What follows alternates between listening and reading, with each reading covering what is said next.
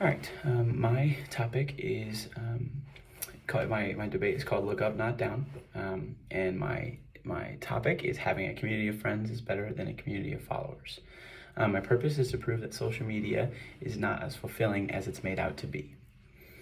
So social media, it's something that many Americans take very seriously and care immensely about. Their image on these platforms is priority number one. I am just as guilty as the next person at putting my social media presence on a pedestal, but why are we so worried about what a bunch of people that we hardly talk to think of us? When it's put that way, it sounds stupid, but it's what we do. Social media can be useful and fun in a lot of ways, but it also can really do damage to a community. Social interaction is something that is awkward and now scary to some, and I think this is backwards. So I'm here to talk about why real human interaction should be valued over social media. I will first state exactly what I'm comparing. Next, I will explain how social media falls short to human interaction. And finally, I will give you some real-world examples that will support my statement. So now that I have clearly shown everything I will cover, now I will give you a clear understanding of what we are comparing. These are my first value objects. One is I'm going to be explaining a community of friends, and I will be explaining a community of followers. By community of friends, I mean that you have people that you hang out regularly with, people you trust and will help you in difficult times. This also could be any form of community like a sports team, clubs, churches, bands, or any group that gather socially. And the second one is a community of followers. By community of followers, all I mean is that you have some sort of following on social media, on any social media platform, whether it's a few or thousands or more. So now that I've explained exactly what I'm comparing, I'm going to tell you how having a community of friends helps a person versus where having a community of followers doesn't measure up to its hype. For my second point, I will talk about how having a community of friends is better than having a community of followers because having a community of friends helps relieve anxiety and contributes to forming true friendships. Anxiety for somebody who has social media, being worried about how many likes they're getting on their post or how many followers they have, or the stress of being out of style and not having the greatest new phone or the nicest clothes and shoes. It also can produce anxiety with if you're not getting likes and follows and how that pertains to your status. What if I'm not getting enough likes because I'm not pretty or I'm not handsome enough? Saying things like, well, I'm not getting likes, so I'm not cool, I'm not loved, I'm not important. None of these issues that stem from having having social media stem from having a group of close friends. More often than not, the friends you hang out with don't mind you. They're taking time out of their schedules to see you. So you can go enjoy outdoor activities, any sort of one-on-one or group contact with a friend, just to be in person. Things don't get misunderstood like they do in a text message. You can use tone of voice. You can use facial expressions to show somebody how you feel about something. And then true friendship. Through a phone screen, it is quite hard to develop a real genuine relationship. And sometimes people will talk to a bunch of people on social media, purely because it makes them look like they have just a million friends. And when in reality, they don't actually care about those people and what is going on with them. Social media allows you to talk to people, really whenever you feel like it. And that gives us the impression that we're in control of everything, and we can judge when we want to have interaction and when we don't. But having a community is something that is crucial to a person. They get emotional, moral, sometimes physical, and mental support. True friendship is something that stems from having a good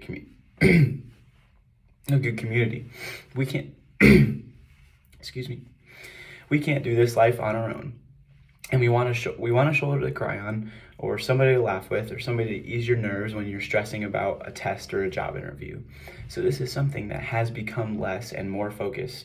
The more focus is put on what people we don't know and what they think of us. And that's where we go for our support and validation. And so now for those reasons, having a community benefits a person and how social media follows and likes fall short. I will provide some real-world examples to back my statement. Research has been done to show how community is so crucial to the well-being of people and their relationship development. Their experiences and research are as follows. In this day and age, social media has become something that is put ahead of a lot of things. It is said by Lawrence Robinson and Melinda Smith from the website Help Guide that the more you prioritize social media interaction over in-person relationships, the more you're at risk for developing and exacerbating mood disorders such as anxiety and depression. This is the thing that our society is raving over. On the other hand, it is said by Mercy Care Business Health Solutions that social networks and online interactions may give people a false sense of connectedness. We still need physical in-person connections for our own mental health. I know from experience that I, most of the time, feel recharged after I spend time with good friends who care for me. Anytime I post something on Instagram, on the other hand, I can't help but constantly check it to see how it's doing and who's liking it. And when I leave time with my friends, I'm not constantly stressing as much as I would on social media about if they really wanted me there, if they liked me and all that. And in true friendship, it is said that Pew Research Center, from a study they did on social media use in America, that today around 7 in 10 Americans use social media to connect with one another, engage with news content, share information, and entertain themselves. That is 70% of our country's population. So many people putting time and effort into their presence on social media and not valuing close relationships in their lives.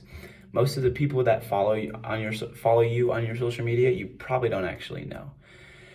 They could have just had a family member die or had a nasty breakup, and they will post about how happy they are with their trip to the beach. Of course, people will throw a like or a comment their way, but that's not friendship. The ARC admin put out an article called Forging Friendships Through Community Service, and it says that inclusive volunteering gives people the opportunity to meet others in the community through helping those in need. These new connections can lead to long-lasting friendships that impact not only community members being served by the volunteers, but the volunteers themselves. Working together to complete a task can be a great way to build relationships through teamwork. And social media doesn't provide anything near as valuable as that. Now, I have discussed many facts and research that shows why human interaction should be valued over social media. I first clearly showed what I was going to be comparing. Then I established the terms of how human interaction benefits somebody and where social media falls short. Lastly, I gave some real-world examples to prove my statement that a community of friends is better than a community of followers. To conclude, social media can be good in moderation. Used too much can be harmful in more ways than one. I encourage you to look up and not down in your everyday life. Talk to that person sitting by themselves instead of just playing it safe and scrolling. Thank you.